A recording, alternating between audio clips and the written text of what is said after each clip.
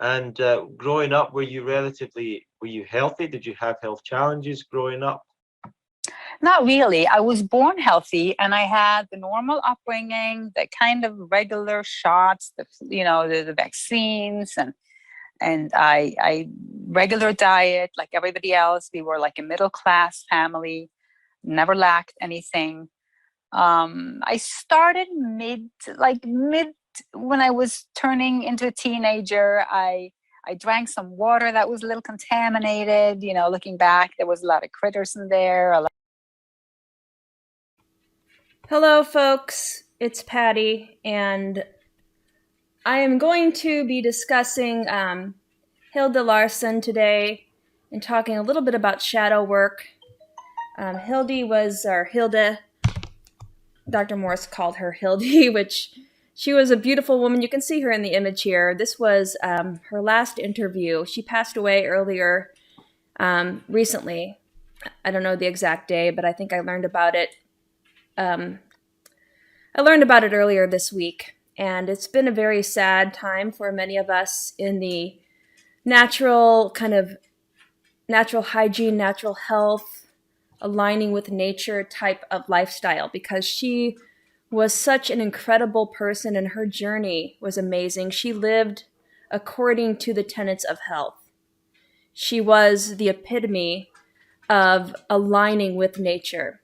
So I want to just play a little bit from this interview, and then we're going to get into something that Hilde found to be quite important when she worked with clients. And that's a little bit about what Mark Passio has been chatting about recently, the shadow and doing shadow work. So I'm going to continue this conversation. Hilde just kind of started talking about growing up. We'll listen to this for a little bit just so that you can all, who may not be familiar with her, really kind of come to understand the type of person she was. She will be greatly missed, and it's a very sad time for many of the people that knew her. I think many of us are still coming to grips with her loss. All right, let me continue playing this. A lot of parasites, and I started having issues from kind of more of like a young adult age, from rashes to tummy aches and problems and ulcers. It grew on me, but no, not as a little child. And a lot of people, when they're younger, especially a young adult, I suppose that healthy living or their health is not as much of a focus to them. Was that the case for you? And what were you focused on in your life at that point? Well, I was a very happy, very outgoing, very, if I can say, talented girl, in the sense that I played the piano, I was painting, I was drawing, I became an interior architect. I was exploring life on so many levels. I was a dancer. I had my own aerobic studio. I was all over the place. And people used to say that I was like a potato. You could use me for anything. Health wasn't as much a focus, but my body always was, in the sense of fitness. I never drew the connection that a fit body was not necessarily a healthy body, because I looked fabulous the day that I crashed. I tell you, I was like going 140,000 miles to hit that wall, and I looked pretty good on the outside.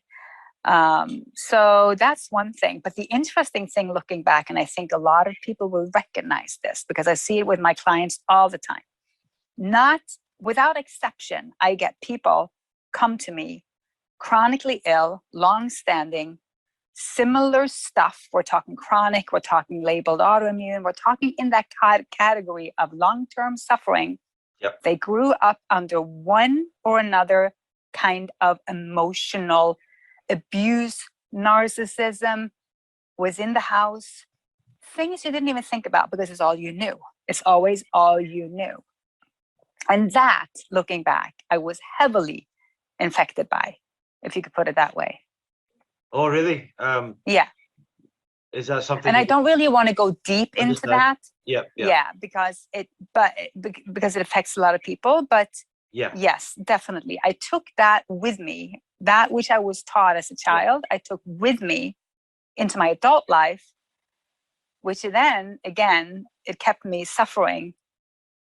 Yeah. Until I was going to say almost learning from clients, like almost educating myself as a, midlife woman. I realized the whole picture.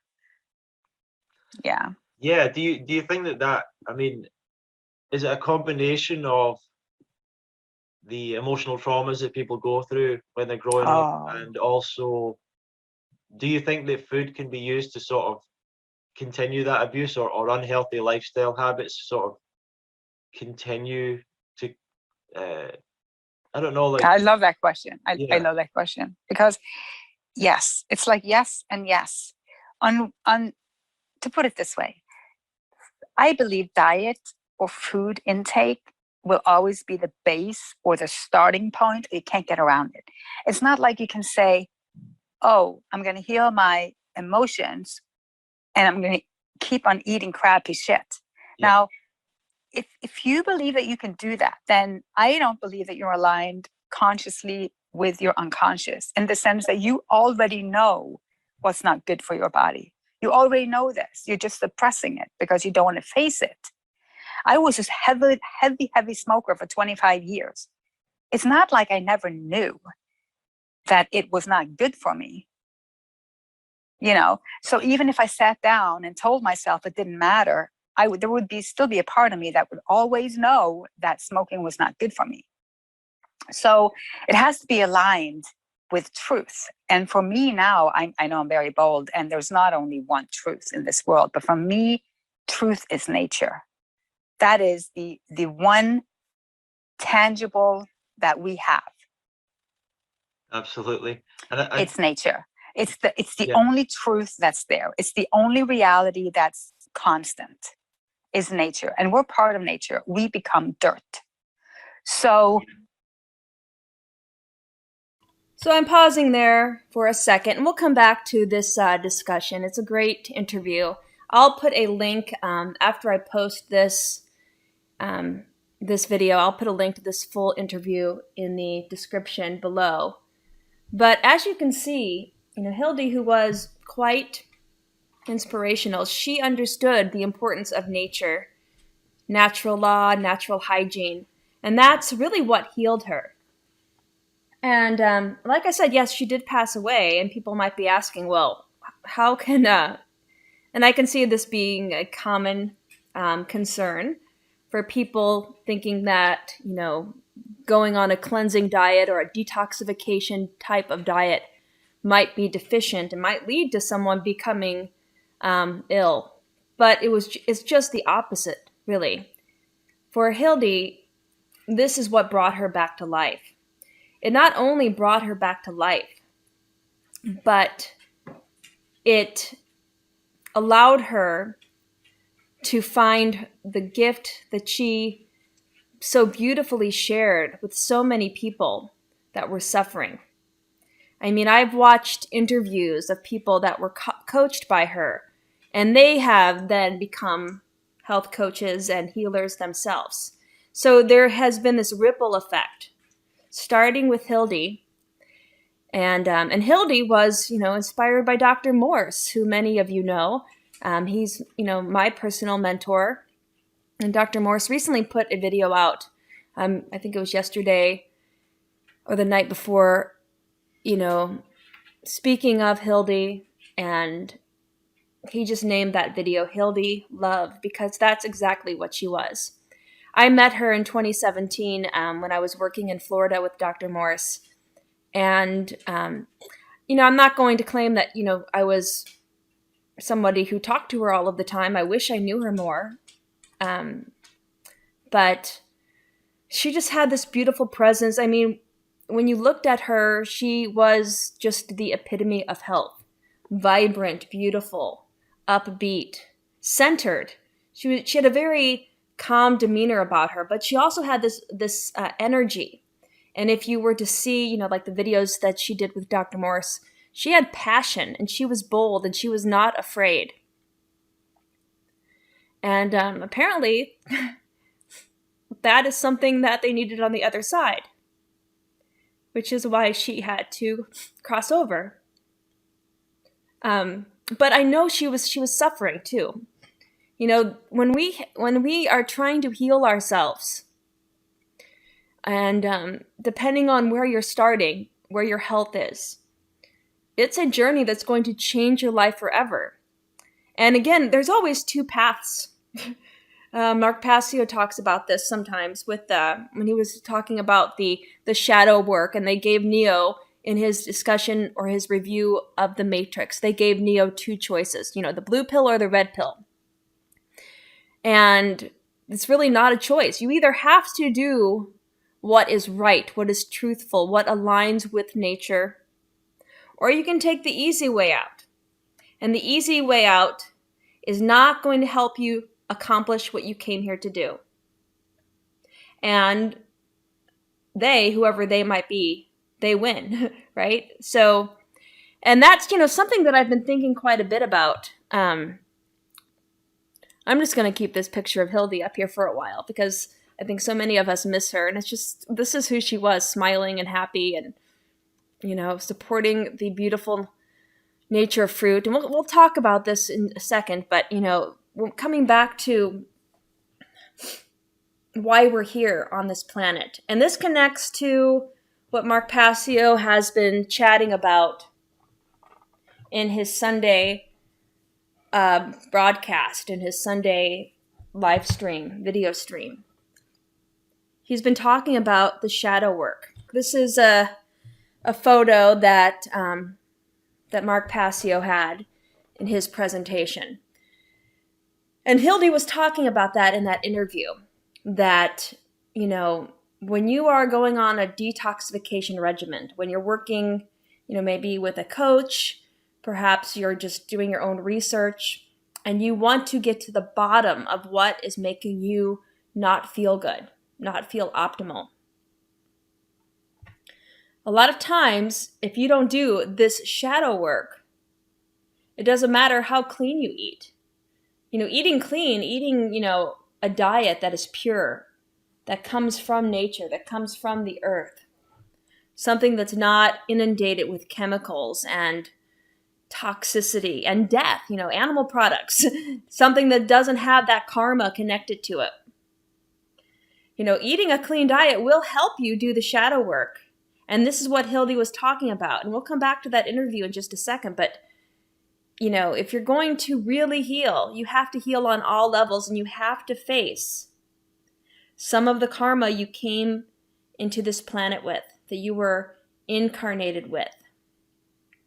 And only by addressing that will you kind of become more aware, raise your consciousness. And, Mark Passio was talking about the shadow work in relation to doing the great work, your own great work. So here I am on the One Great Work Network, and I'm still, dealing with my own shadow. I have a lot of stuff that I need to work out. And I think it would be great if we could, as people that are aligned with natural health, maybe create communities. So many of us are all over the world, all over the planet, all over this country, but all over the world. And, being able to connect with each other and talk things out and to listen to each other. One thing I find is when I'm working with clients is many of them just need to share their story. They just need to talk. They need to work it out by expressing verbally what has happened to them. And then when I start, touching upon some of the questions that are more emotional in nature, for some people it surprises them that I ask these types of questions, but I do connect it to how we're going to heal as we go through, the protocol that I'm recommending for them and other types of detoxification activities that they can do at home. So yeah, facing the shadow is something that is really pivotal. It's just an important component of living aligned with nature. And, I think that the powers that should not be, they're going to do everything possible to make sure we do not ascend to knowing who we really are. The powers that should not be, their greatest fear is that humanity will wake up, become aware, like, we don't have to take this shit anymore, and get rid of them. But as long as they can use psychological manipulation and trigger us by, they are really good at psychology, by the way, the powers that should not be. I mean, look at Edward Bernays, who used a lot of psychological manipulations to coerce society, to get women to smoke cigarettes. He was pivotal in that advertising campaign.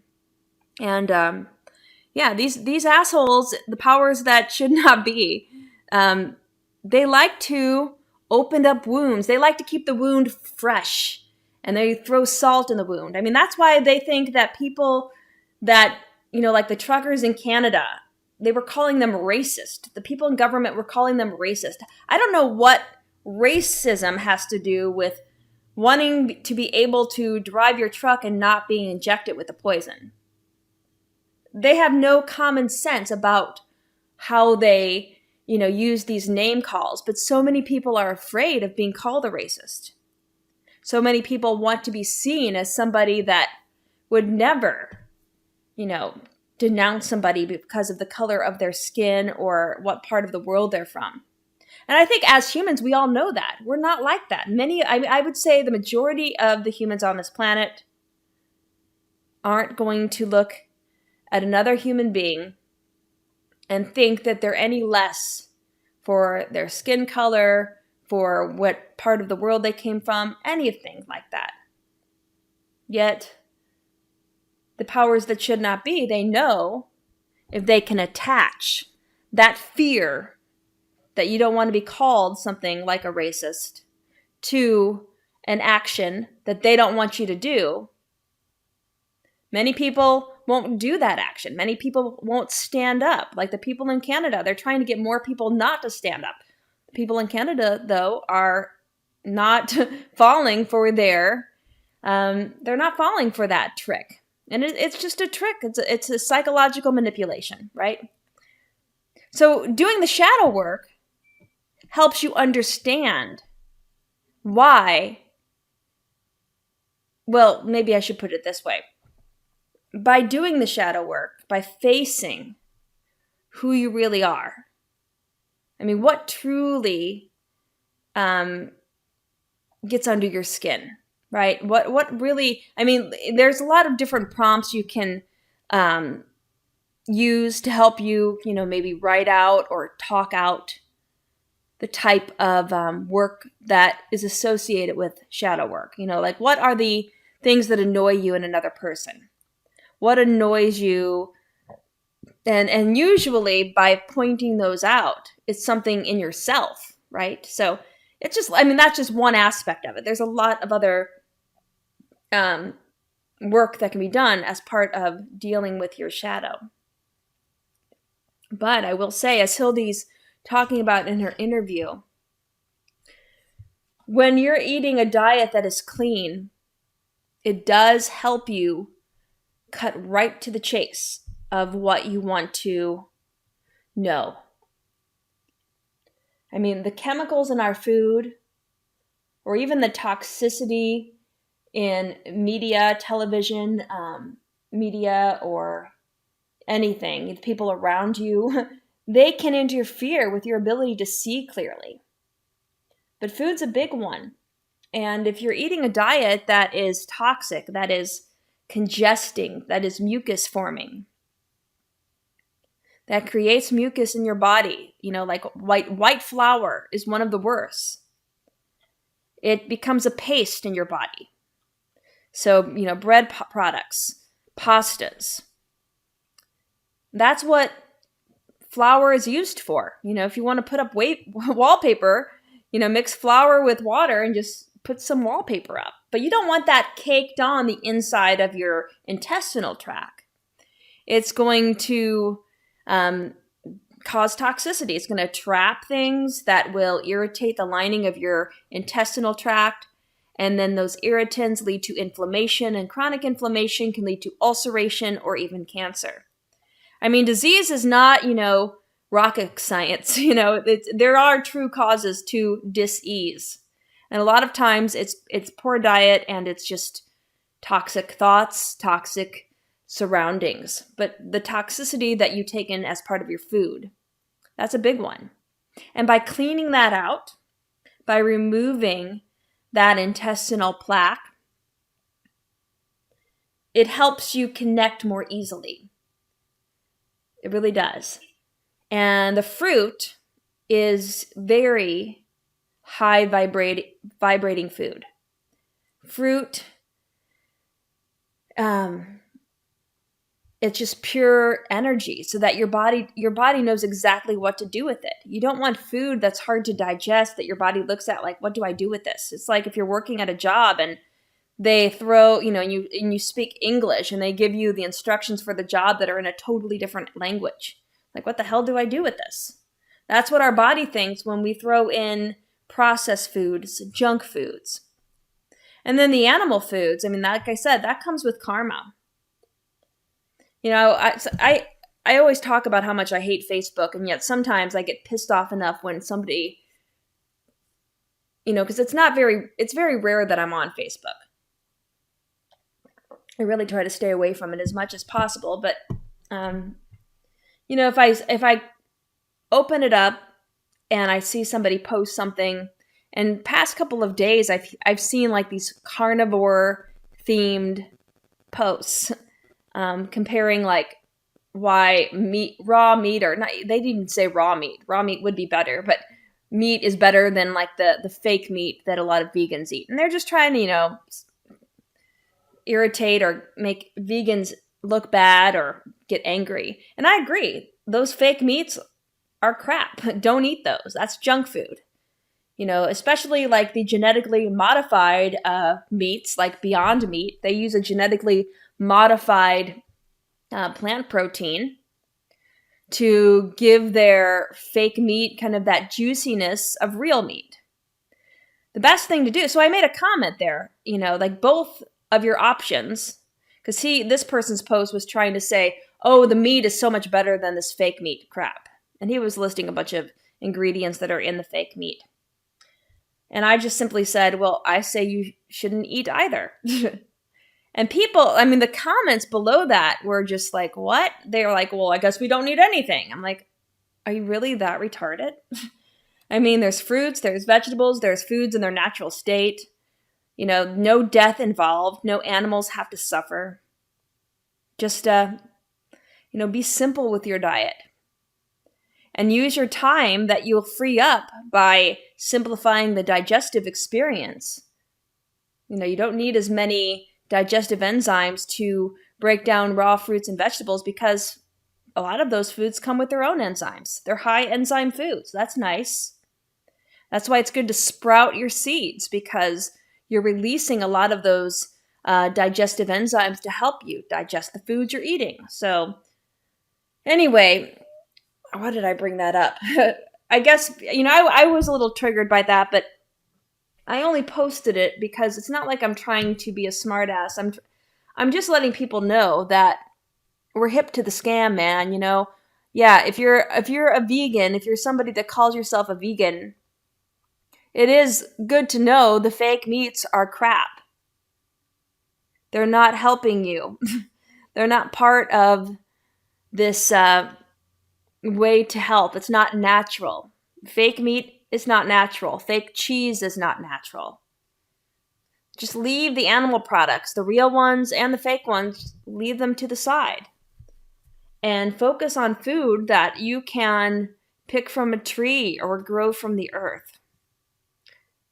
And let the animals be your friends. That's really kind of what it comes down to. So let's listen to a little bit more of Hilde's interview, because she was just mentioning, as I interrupted her, a little bit about the shadow and a little bit about the emotional side to healing. And it's quite interesting what she talks about. So I'm going to go back to her in just a second. 1 second here.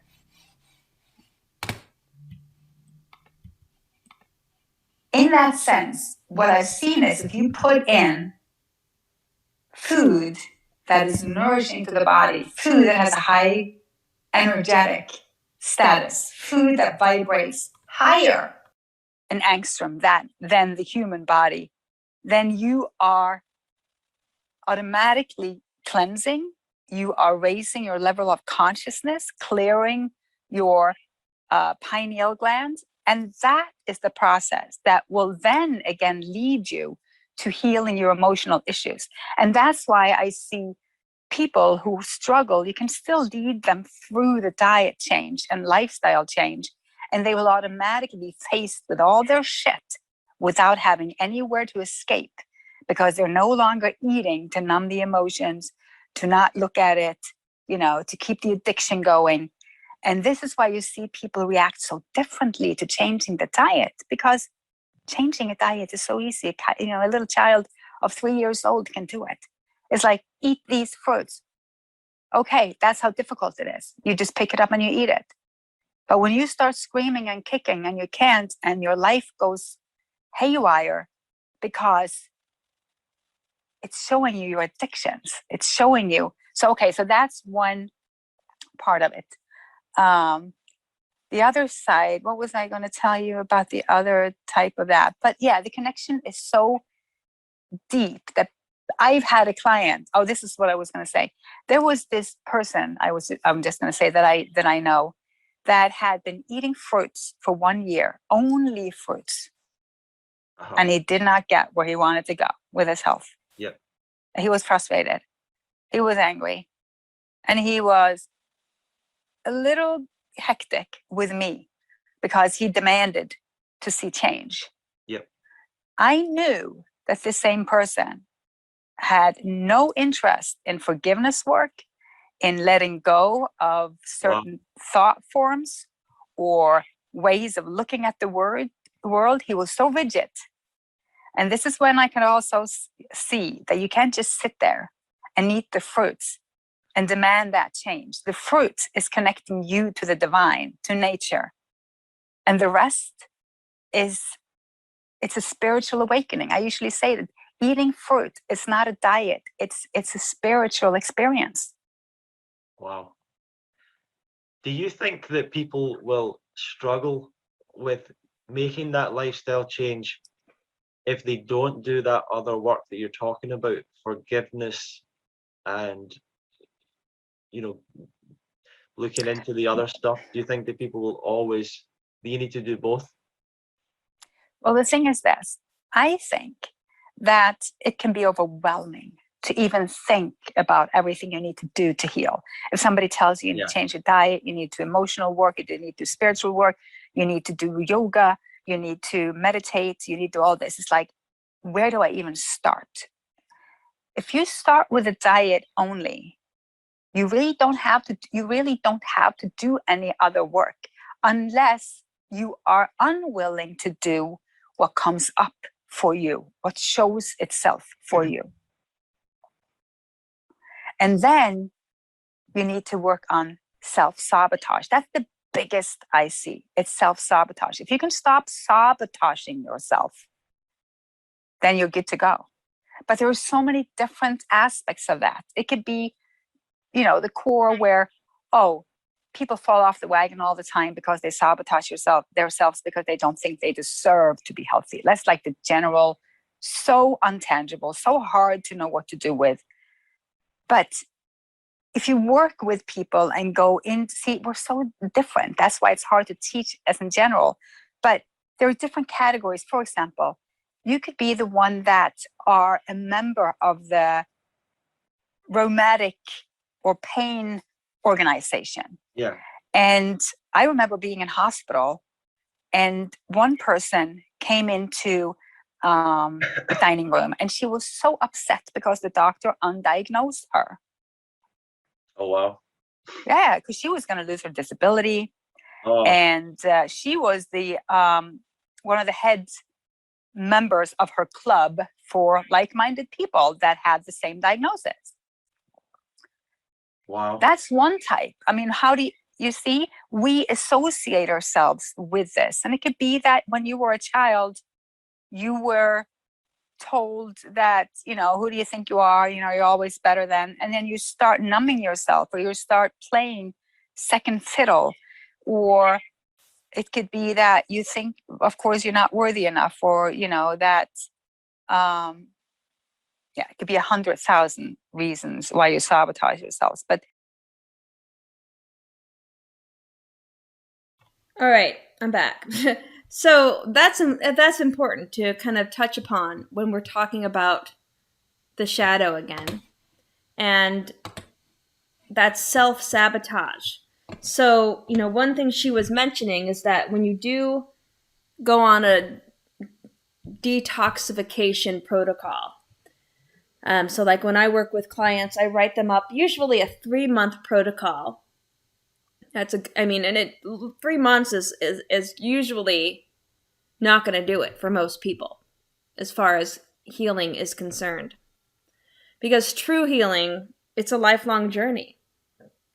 And you have to dig deep, and you have to not only clear out the physical interstitial congestion, but as Hilde was mentioning, there is a lot of emotion, a lot of emotional things that are going to come up for people. And it's going to make them more vulnerable to sabotaging themselves. And this is not just healing. I mean, this goes with almost any addiction, because food is one of the hardest addictions for many people to overcome, because food is everywhere. It's not like you can, never eat again. I mean, some people, I guess, can fast for long periods of time. I went 26 days without eating food back when I was in medical school. But, with like certain drugs, I'm not saying that drug addiction is not hard. Trust me, I understand drug addiction, having known people very close to me that severely suffered with those types of addictions. But, at least with drugs and alcohol, you can kind of put them out of sight, out of mind a little bit more easily. And you can maybe even have people help you kind of stay away from them. But, if you want it bad enough, if you're going to sabotage yourself, you're going to fall prey to that addiction. But food can be an addiction, alcohol, drugs, sex, there's lots of them. And, getting to the core of why you feel you need this thing in your life. What is it? If diet is something that is connected to your ill health, that's definitely one thing you need to face. Why is it that you're choosing foods that are not healthy for you, or not promoting health? And in our society, it's so confusing. I mean, diet is probably the one thing that everybody has an opinion about. And I find it funny. I really do. Everybody thinks they know that their diet is the best. Oh, I eat nothing but meat and I cured this disease.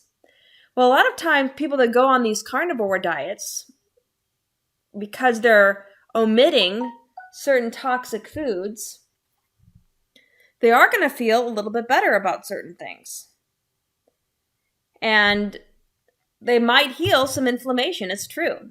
However, the carnivore diet, the all-meat diet, is so hard on the kidneys. And meat is a stimulant. When an animal is killed, like for cattle, they take the cows, they line them up into this factory farm, and these cows know what the hell's going on. It's not like they're stupid. They can sense the death, they can sense the shock, the sadness. I mean, there is so much dense emotion associated with factory farming. And they're walking up there, and the cow in front of them gets jolted in the head and dies. And then they slit their throat.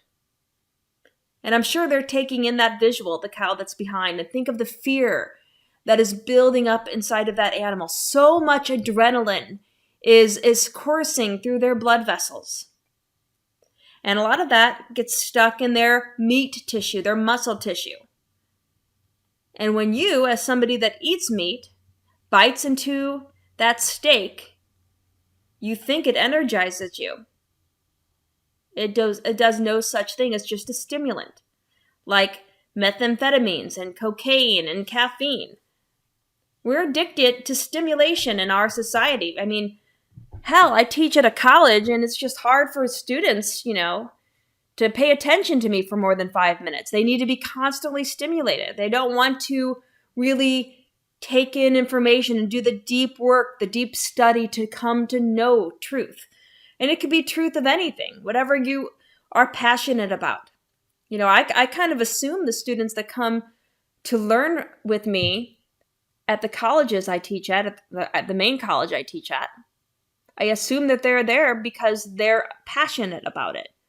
But a lot of times there's just the carrot at the end of the stick, and they want to be the physician, they want to be a nurse, and they have to take my class to jump through that hoop. And they're not really concerned about understanding. I'm not going to say all of the students are like that.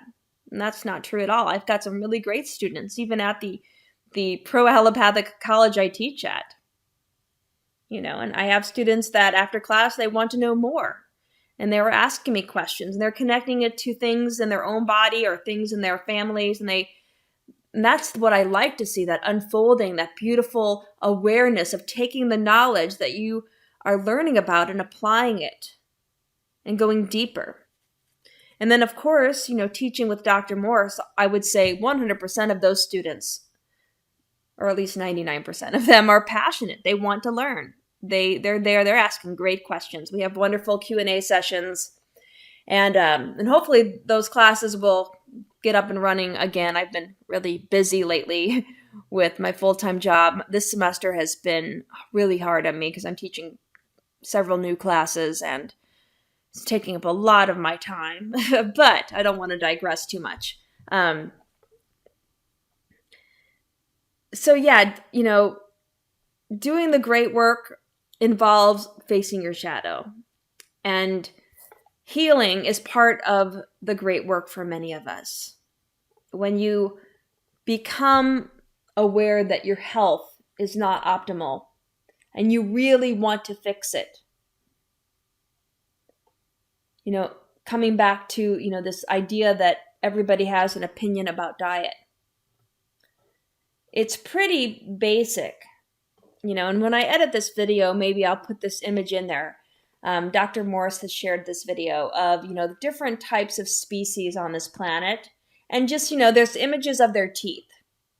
Like, what do the teeth of a true carnivore look like? What do the teeth of an omnivore, of an herbivore, of a human, of a frugivore? So that's an indication of what our diet should be. What about the intestinal tract? What about, there's so many things, the kind of enzymes we release. So many truths about human anatomy and physiology that point to the fact that we're here to do something greater than just eat. We really are. We're not here to, numb ourselves down. The powers that should not be, they want us to numb ourselves with food. In fact, I even question, human history with regards to agriculture.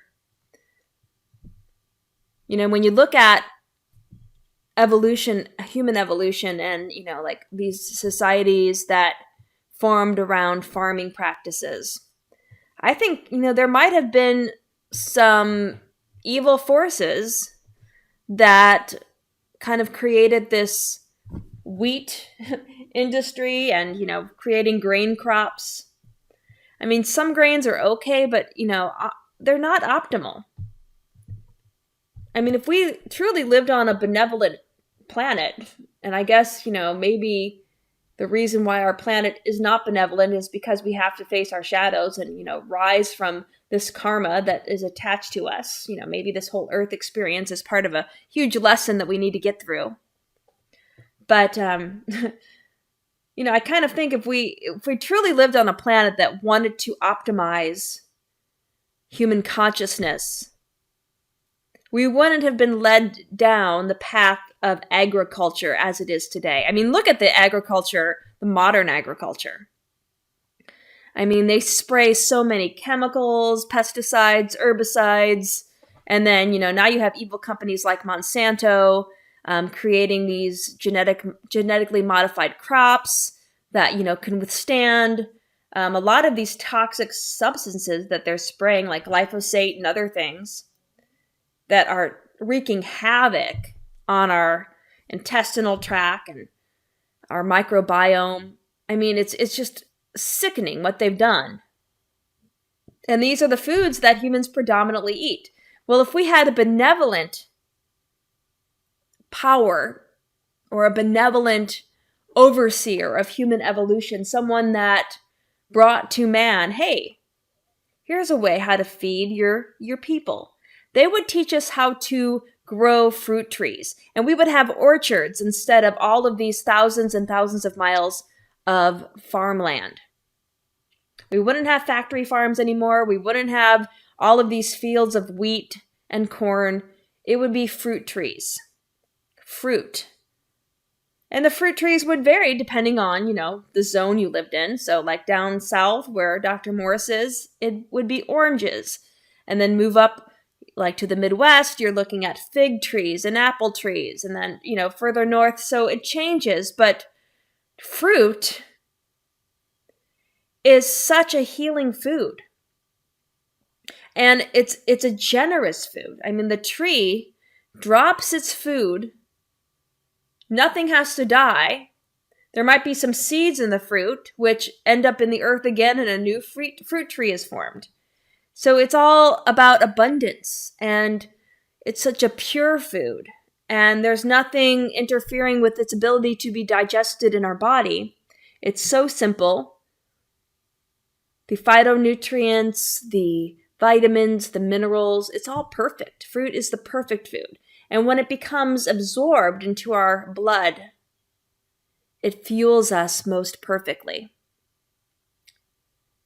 And that's why Hilde was talking about when you are detoxifying, you're trying to heal yourself, and you work with someone like myself, like Dr. Morse, like many of the detoxification specialists and naturopaths that have studied with Dr. Morse. And you start eating a diet of pure fruit, you're going to have emotions come up. And that's your body lovingly say, hey, deal with this. We need to deal with this problem. And it's so sad because in our society, we have so many easy ways to not deal with it. I mean, everything in our society is set up so we don't deal with it. I mean, I remember when I was a little kid, and this is probably aging me a bit, but there were, 3 main television networks, ABC, CBS, and NBC, I think, are those the 3 main ones. Those were the 3 channels, and then there was PBS, Channel 9. That's the one I watched the most because I liked Sesame Street and Mr. Rogers. Those were my 2 favorite shows to watch as a little 3 and 4-year-old. But then, when I was a little bit older, 10, 11, 12, there was cable TV, and I remember Nickelodeon. I like to watch You Can't Do That on Television. That was my favorite show. It was funny. And now, I for the past 15 years or so, I haven't even owned a television. I mean, I don't want to be distracted with somebody else's idea of what living is, because I'm here to figure it out on my own. I mean, it's not to say that I don't watch things like, pull things up on videos like on Odysee or YouTube, although I'm trying not to give YouTube as much of my attention these days. But it's, there are beautiful movies that have been made that I think are quite profound. I mean, Matrix, I watched that not too long ago. Recently, I watched The Passion of the Christ, which was, I guess, directed by Mel Gibson. I thought I was watching, because Mark Passio had brought up The Last Temptation of Christ. And I had never seen that. And I'm like, you know what? I want to watch that. I was searching for it, and I guess I mistaken it for The Passion of the Christ. So I started watching that instead, which is not the same as The Last Temptation of Christ. 2 different movies. I still want to watch The Last Temptation, but I wasn't able to find it. So I might have to actually rent it or something. But The Passion of the Christ was quite intense. Very intense. And apparently the actor, I think his name is Jim Caviezel. I started doing a little research on him. Apparently, he has been like shadow banned from Hollywood. And the reason why I was like looking that up is because I was researching the movie Passion of the Christ after I watched it. And the actor, because they on like Google, they'll list all of the actors that are in a movie. And they listed the actor that played Jesus was like somebody pretty young. And I'm like, this young person wasn't the guy playing Jesus. And they didn't even have him listed. Google completely removed this guy, Jim Caviezel. I don't know if I'm saying his last name correctly, but Jim Caviezel was removed from Google.